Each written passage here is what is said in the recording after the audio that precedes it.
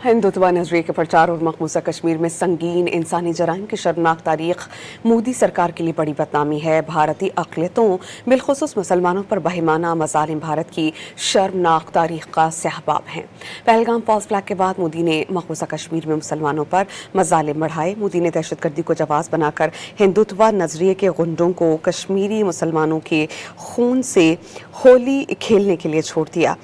इंतहा पसंद भारतीय जनता पार्टी ने मुसलमानों को मकबूजा कश्मीर से बेदखल करने के लिए सरेआम कत्ल करने की धमकियां दी। मकबूजा कश्मीर के रहनुमाओं ने 2000 कश्मीरियों के गैर कानूनी गिरफ्तारियों और पुरतशद्दुद वाक़यात पर कड़े सवालात उठाए। आलमी माहिरीन के मुताबिक मकबूजा कश्मीर में मोदी इंसदाद दहशतगर्दी के क़वानीन को कश्मीरियों की सियासी और आवाज़ दबाने के लिए बतौर हथियार इस्तेमाल कर रहा है।